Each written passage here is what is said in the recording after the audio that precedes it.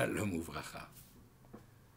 Le Rav David Kalskin, qui habite Jérusalem, a de nombreuses activités, parmi lesquelles celle d'être membre de la Chevra Kadisha des Chassidim, de l'association du dernier devoir envers les défunts qu'il faut accompagner jusqu'à leur dernière demeure.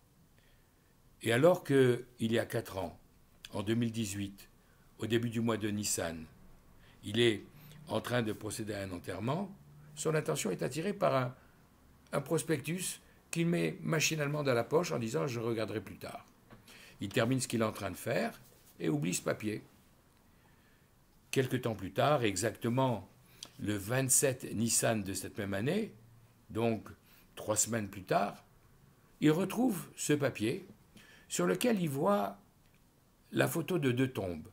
En fait, la même tombe, avant les travaux de restauration, où elle est toute poussiéreuse, pas très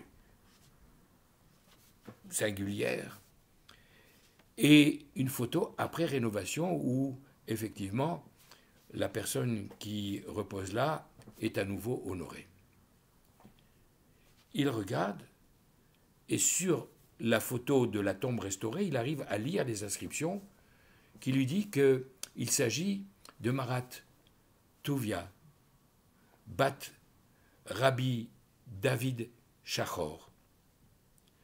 Après quelques mots d'éloge pour rappeler la générosité dont elle a fait preuve pendant sa vie, on dit qu'elle a eu la chance, elle, d'être enterrée là, au Harazitim, sur le mont des Oliviers, près de ses parents, chance que n'ont pas eu ses 2 sœurs, Chaya et Tovia, qui, elles, Hachem Ikom Damam, que Dieu venge leur sang, ont été emportées dans la tourmente de la Shoah. Et comme il n'y a pas de nom de mari, il comprend que cette femme, cette rescapée de la Shoah, ne s'est jamais mariée, n'a pas eu de descendance, et il poursuit la lecture pour voir qu'elle a quitté ce monde en 1971. Par rapport à aujourd'hui, il y a 51 ans, le 27 Nissan, 47 ans avant qu'il ne lise ce papier jour pour jour. C'est aujourd'hui le jour de sa Haskara. Alors naturellement, quand il va à la synagogue pour prier, il récite Kaddish pour elle, et à la fin de l'office, quand il rejoint le Rav et ses amis pour le shiur habituel, il leur raconte cette histoire, et tout le monde est tellement ému de cette coïncidence que la divine providence a organisée, que tout le monde veut allumer des bougies et réciter des Mishnayot pour l'élévation de son âme. Quand il rentre chez lui, il se dit que cette histoire, il voudrait la partager avec les membres de sa famille. Et comme il y a un groupe familial, il raconte cette histoire qui est rediffusée très vite. Et il s'aperçoit très rapidement que des gens qu'il ne connaît même pas lui parlent de cette histoire que lui-même a racontée. Alors il se dit, ça vaut peut-être la peine d'essayer d'avoir des détails supplémentaires. Et il contacte la personne qui a passé cette publicité et qui lui dit « Ah, effectivement, vous savez quelle difficulté j'ai eu à sortir ce prospectus parce que ça fait de très nombreuses années que je m'occupe de restaurer les tombes. Et je voulais sortir un prospectus avec avant-après, mais imaginez la réaction des familles qui disaient « Non, on ne veut pas que vous fassiez ça avec la tombe de notre cher disparu parce que ça serait une honte pour nous d'avoir laissé cette tombe arriver dans un tel état. » Alors il avait renoncé jusqu'au jour où il y a le Rav Binyamin Fiber, le gendre du Rav Eliashiv, un des Raché Yeshivot, qui l'appelle et qui lui dit « J'ai retrouvé trace de la sœur de mon grand-père qui est enterrée à Harazetim et dont je voudrais restaurer la tombe qui est dans un état pas très convenable. » Alors, naturellement, je l'ai fait, et comme il n'y avait pas de proches parents et de descendants, je lui ai demandé à nouveau si je pouvais utiliser les photos avant-après pour faire un tract, une publicité.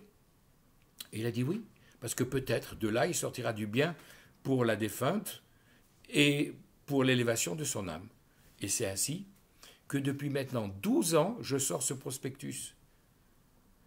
Et effectivement, vous vous êtes tombé dessus le jour de sa Haskara, vous me dites. Quelle divine providence. Lorsque le Rav David Kalskin raccroche, il dit: je connais ce Rav Fiber, je vais l'appeler, je vais essayer d'avoir d'autres détails pour pouvoir compléter cette enquête. Et le Rav lui dit: oui, c'est cette dame, la sœur de mon grand-père. Et il se trouve qu'elle m'a raconté son histoire. Elle est née à Minsk, en Russie. Et ils ont fait leur allié en 1934. Pourquoi? Parce que alors qu'elle était une petite fille, dans cette Russie communiste, pour survivre, les Juifs faisaient toutes sortes de choses, y compris des trafics de contrebande. Et un jour, le KGB débarque chez ses parents en lui disant: oui, vous trafiquez, donc on va vous envoyer en Sibérie. Et cette petite fille a eu le courage de dire: mais pas du tout, c'est pas mon père, c'est moi personnellement, qui fait cette contrebande avec les enfants. Et les gens du KGB disent: qu'est-ce qu'on va faire d'une femme, d'une enfant dans un camp de travail de Sibérie? Ils sont repartis les mains vides. Mais la famille a compris que la terre brûlait sous leurs pieds et ils ont décidé de faire la Aliyah en 1934, quelques années avant la guerre. Ces deux grandes sœurs étaient déjà mariées. Et les gens ont dit: non, on préfère rester. Et ils sont restés derrière eux en Russie. Et malheureusement, avec ce qui s'est passé en Europe, ils ont été emportés dans la tourmente de la Shoah. Et c'est pour ça que leur nom figure sur la pierre tombale. Alors, moi, j'avais connu cette famille qui, d'abord, quand ils sont arrivés, vivait à Jérusalem, puis après, quand les parents sont morts l'un après l'autre et enterrés sur leur Hazetim, elle a déménagé pour venir dans la région de Tel Aviv, où elle a travaillé comme infirmière dans la Coupatrolim de Clalit, jusqu'à l'âge de sa retraite, et comme il n'y avait personne pour s'occuper d'elle, naturellement, son employeur l'a placée dans une bête à vote, une maison de retraite qui appartient à cette Coupatrolim et qui se trouvait du côté de Gadera. Alors moi j'étudiais à l'époque à la Yeshiva à Bnei Brak, et donc une fois par semaine, j'allais lui rendre visite dans sa bête à vote, dans sa maison de retraite. Elle me racontait l'histoire des temps passés. Et quand Ben Azmanim, la période de vacances scolaires, si on peut les appeler ainsi, j'étais à Jérusalem, je demandais à mon frère qui habitait Bnei Brak d'aller me remplacer et d'aller la voir. Quand, justement, juste après Pessah, il a été la voir le jeudi 27 Nissan 1971, elle était là, en train de partir doucement. Et donc, par hasard encore, il a eu la chance de l'accompagner dans ses derniers moments, de faire avec elle le vidouille, la confession des fautes et la récitation du schéma, l'acceptation sur soi du joug divin. Alors, nous savons où elle a été enterrée près de ses parents, et les années ont passé, et c'est comme ça que, quand on s'en est préoccupé, on a dit: on va quand même faire quelque chose pour elle, de rénover sa tombe, et c'est comme ça que ce fameux prospectus a vu le jour, il y a maintenant une douzaine d'années. Alors, naturellement, le Rav Katzkin a rediffusé la suite des histoires qu'il venait d'apprendre, et ça a à nouveau été diffusé et fait boule de neige. 15 jours seulement après le début de cette histoire, le 8 Iyar, il reçoit un coup de fil de quelqu'un qui se présente en disant: je m'appelle Aaron. J'ai eu la chair de poule quand j'ai entendu l'histoire que vous avez racontée. Et je vous ai expliqué pourquoi. Il se trouve qu'il y a plus de 50 ans, alors que j'étais un jeune homme, J'avais besoin d'une pommade. J'ai été à la Coupatrolim de Tel Aviv, à la pharmacie. Et là, j'ai acheté la pommade. Quand je suis arrivé à la maison, je l'ai ouvert et je me suis aperçu qu'on s'était trompé, on ne m'avait pas donné le bon tube. Alors j'étais furieux. Je suis retourné à la Coupatrolim, à la pharmacie, et j'ai dit « Oui, mais c'est pas normal de se tromper, ça aurait pu être grave. » Et on m'a dit « Mais écoutez, vous avez ouvert le tube, je ne peux plus rien faire pour vous.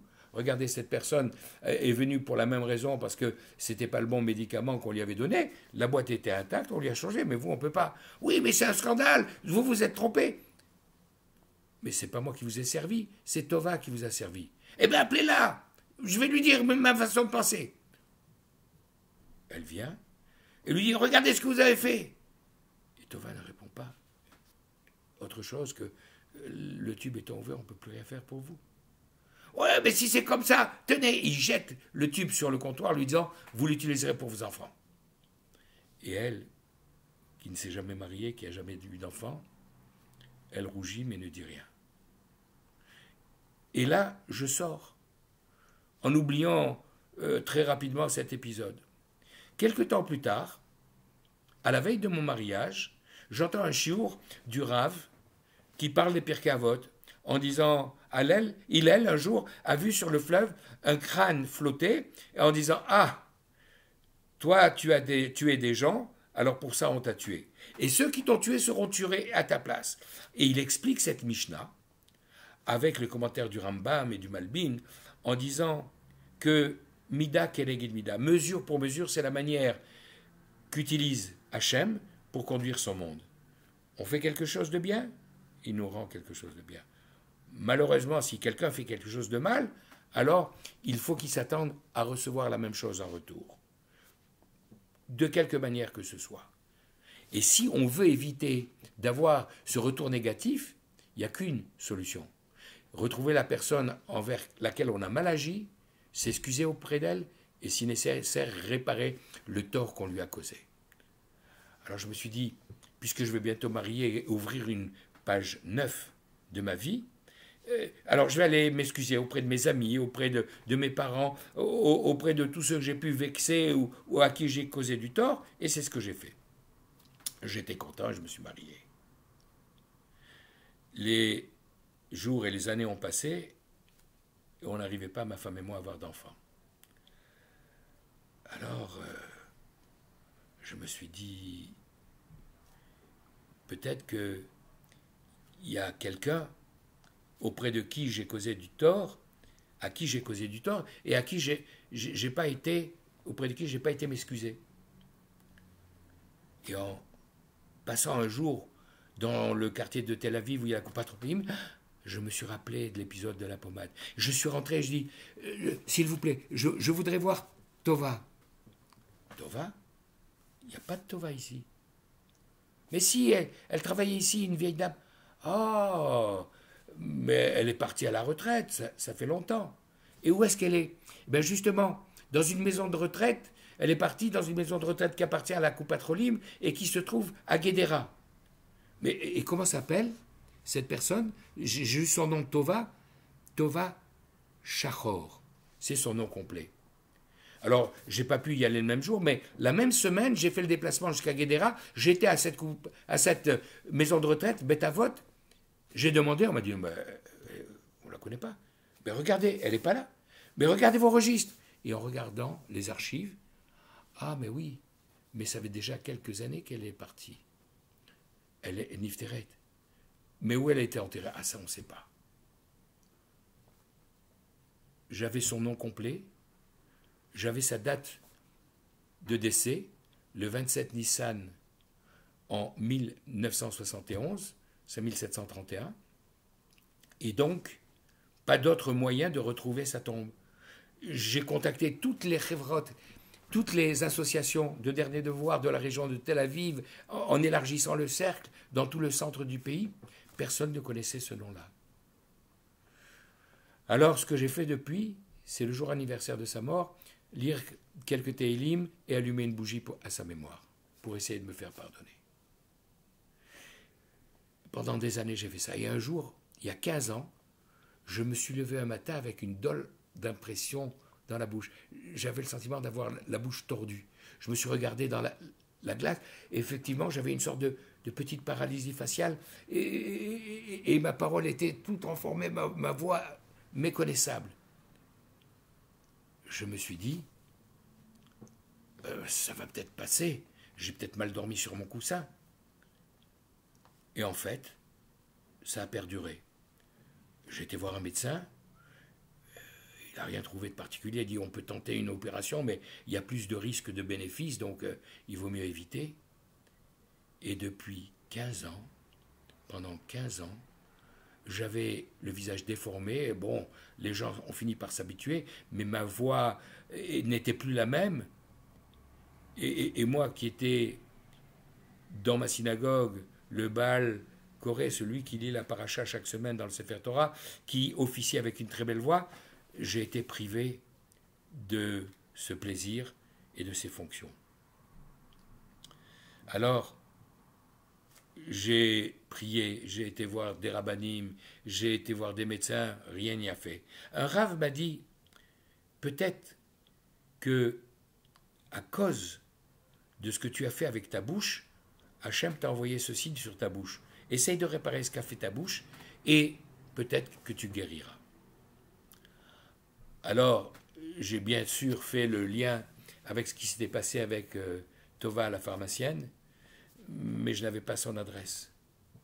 Jusqu'à il y a une semaine, quand j'ai entendu votre histoire et que vous avez dit le nom qui était inscrit sur la tombe, Tova, Bat, Rabbi David, Shachor. Et là, j'ai compris qu'il s'agissait de cette personne. Alors, tout en tremblant, j'ai cherché vos coordonnées, j'ai fini par trouver qui vous étiez, je vous ai contacté, et maintenant, vous allez me donner l'adresse de cette tombe, me dire où elle est. J'ai compris qu'elle était au Har HaZitim à Jérusalem. Donnez-moi les indications. Et donc, la fin de l'histoire est la suivante. En ayant les indications, je suis parti à Jérusalem. J'étais dans une yeshiva où j'ai demandé à 10 étudiants de m'accompagner au Har HaZitim auprès d'une tombe. Je les ai payés non seulement pour le déplacement, mais pour la perte de temps que je leur occasionnais. Et avec un minyan autour de sa tombe, nous avons lu des Mishnayot, le nom de la personne et les lettres de Neshama, l'âme, pour prier pour l'élévation de son âme. Et ensuite, suivant le rituel qui est indiqué dans le Shulchan Aruch, après avoir enlevé mes chaussures, je lui ai demandé pardon en pleurant. Et le minyan à côté de moi répondait à 3 reprises « Machul lecha, machul lecha, machul lecha » ça t'est pardonné, ça t'est pardonné, ça t'est pardonné. Le cœur léger, je suis retourné au Kotel pour prier Mincha et Ma'ariv comme je n'ai jamais prié de ma vie, avant de retourner chez moi, près de Tel Aviv. Le lendemain matin, quand je me suis levé, je me suis lavé le visage, et en me regardant dans le miroir, j'ai vu que ma bouche était à nouveau normale. J'ai entendu ma voix, elle était redevenue comme avant. C'était vendredi matin, Shabbat, à la synagogue. J'ai prié comme je n'avais jamais prié depuis longtemps. Et il se trouve que ce jour-là, le Baal Koré, celui qui lit la Torah, était enroué. Il ne pouvait pas lire la Torah. Et il y avait une double paracha, Acharemot et Kedoshim, très longue. Alors on a demandé, est-ce qu'il y a quelqu'un qui peut le remplacer? Personne ne s'est approché. Moi, j'avais lu ces parachiotes pendant des dizaines d'années, mais ça faisait 15 ans que je ne l'avais plus lu. Alors, j'ai pris mon courage à deux mains, je me suis approché, et j'ai lu. Et j'ai commencé à lire d'une voix fluide. Et après 2 versets, j'ai éclaté en sanglots. Pendant 2 minutes de silence, tout le monde attendait que je reprenne. Et j'ai lu les 2 parachiotes comme il convient. Et à la fin, je leur ai dit, Rabotai, ce soir, après Shabbat, j'organise pour célébrer ma guérison et remercier Rofé Kolbassar ou Mafli la Hassot, celui là-haut qui envoie les circonstances qui permettent d'apporter la guérison. Je ferai une Seudat de Melavé Malka, un repas de remerciements à Kadosh Baruch Hu, et à cette occasion, je vous raconterai tous les détails de mon histoire. La morale de cette histoire, c'est que, à l'approche de Rosh Chodesh Av, il ne faut pas attendre le mois de Elul et Rosh Hashanah et Kippour pour faire notre bilan de conscience et savoir si on a des choses à réparer.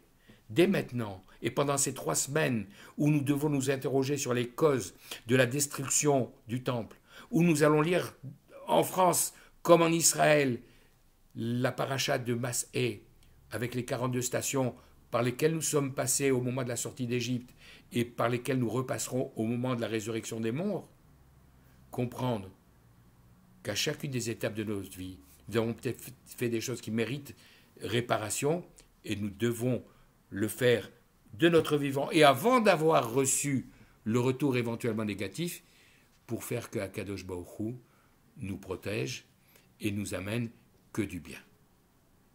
Chodesh Tov Mevorach, Shabbat Shalom, Bechol Tov.